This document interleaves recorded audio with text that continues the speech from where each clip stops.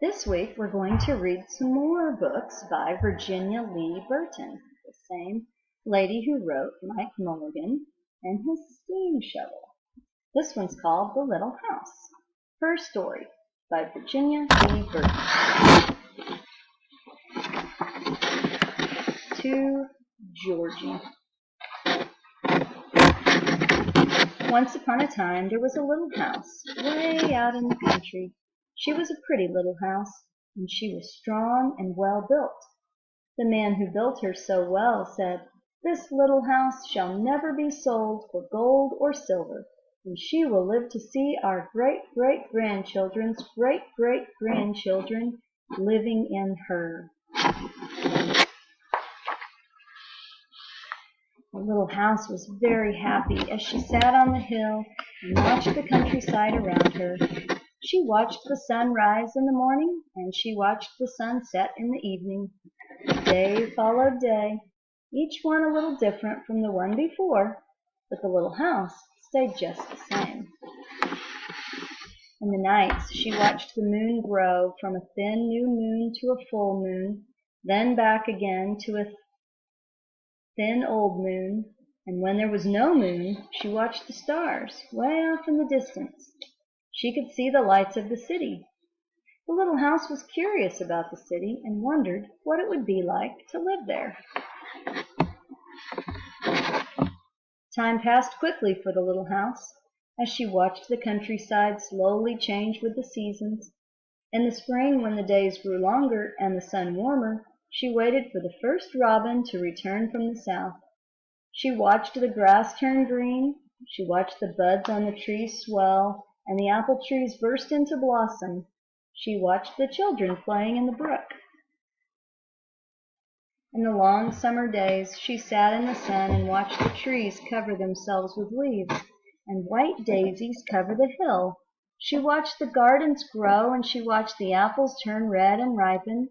She watched the children swimming in the pool.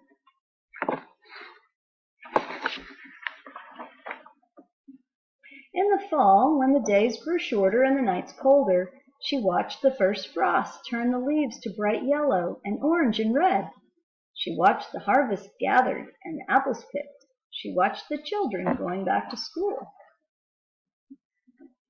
In the winter, when the nights were long and the days short, and the countryside covered with snow, she watched the children coasting and skating. Year followed year, the apple trees grew cold, and new ones were planted. The children grew up and went away to the city, and now at night the lights of the city seemed brighter and closer. I wonder why they seemed closer. One day the little house was surprised to see a horseless carriage coming down the winding country road. That is.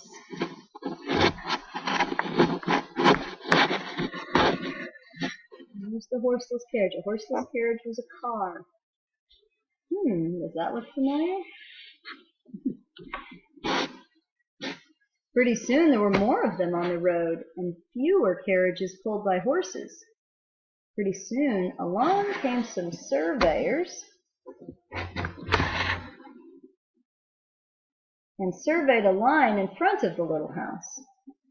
Pretty soon along came a steam shovel and dug a road through the hill covered with daisies. Then some trucks came and dumped big stones on the road. Then some trucks with little stones. Then some trucks with tar and sand, and finally a steamroller came and rolled it all smooth. And the road was done. So she's seeing change, isn't she? She was just out in the country and the city was far away, but the city is growing closer to her. And now she's seeing the change from horses and buggies to automobiles and machinery, and they're building a road by her house. Remember when we talked about George Washington being a surveyor? He wasn't surveying this kind of road, was he? He lived a long time before that. Now the little house watched the trucks and automobiles going back and forth to the city. Gasoline stations, roadside stands, and small houses followed the new road. Everyone and everything moved much faster now than before. Look at how her countryside is changing. Oh boy. More roads were made, and the countryside was divided into lots. More houses and bigger houses, apartment houses and tenement houses, schools, stores, and garages spread over the land and crowded around the little house. No one wanted to live in her and take care of her anymore. She couldn't be sold for gold or silver, so she just stayed there and watched. Now it was not so quiet and peaceful at night. Now the lights of the city were bright and very close, and the street lights shone all night. This must be living in the city, thought the little house, and didn't know whether she liked it or not. She missed the field of daisies and the apple trees dancing in the moonlight. Pretty soon there were trolley cars going back and forth in front of the little house. They went back and forth all day and part of the night. Everyone seemed to be very busy, and everyone seemed to be in a hurry. Pretty soon there was an elevated train going back and forth above the little house. The air was filled with dust and smoke, and the noise was so loud that it shook the little house. Now she couldn't tell when spring came, or summer, or fall, or winter. It all seemed about the same.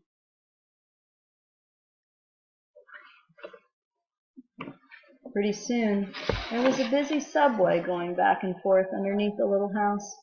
She couldn't see it, but she could feel and hear it. Why couldn't she see it? Because a subway is underground, right? People were moving faster and faster. No one noticed the little house anymore. They hurried by without a glance.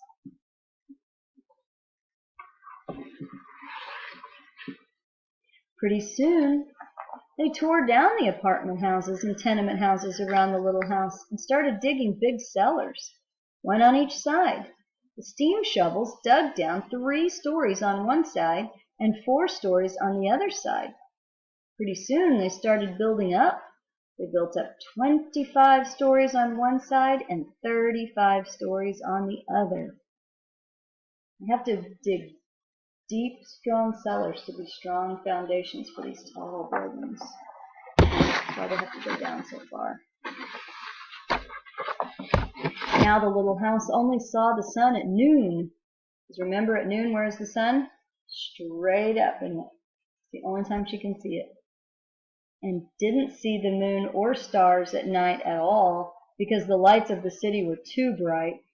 She didn't like living in the city. At night she used to dream of the country and the field of daisies and the apple trees dancing in the moonlight. There she is, all boarded up and sad. The little house was very sad and lonely. Her paint was cracked and dirty, her windows were broken, and her shutters hung crookedly. She looked shabby, though she was just as good a house as ever underneath.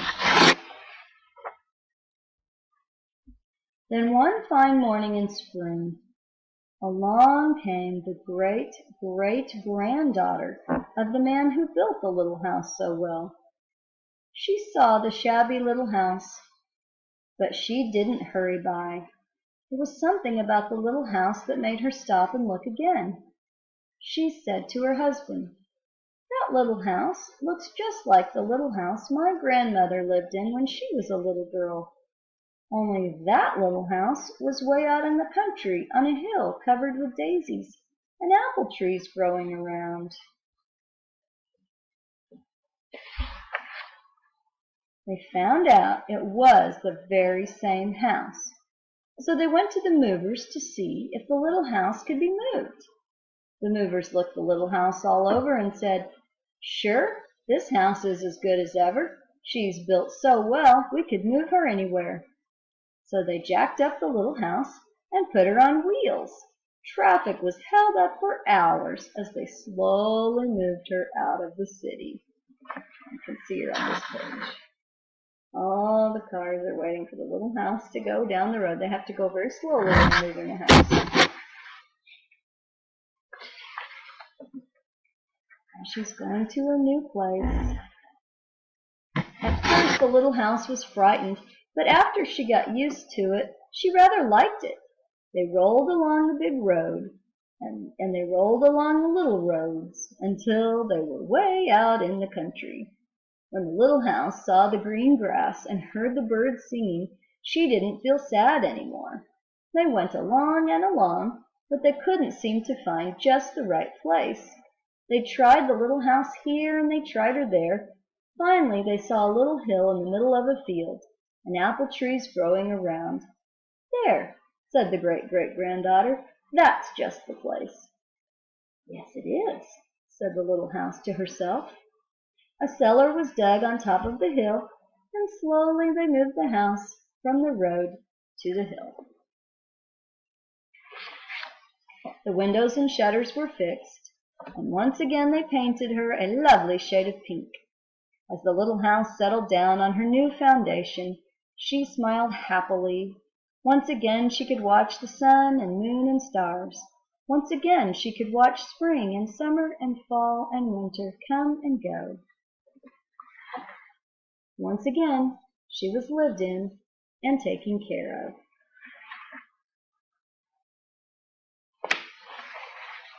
Never again would she be curious about the city. Never again would she want to live there. The stars twinkled above her. The new moon was coming up.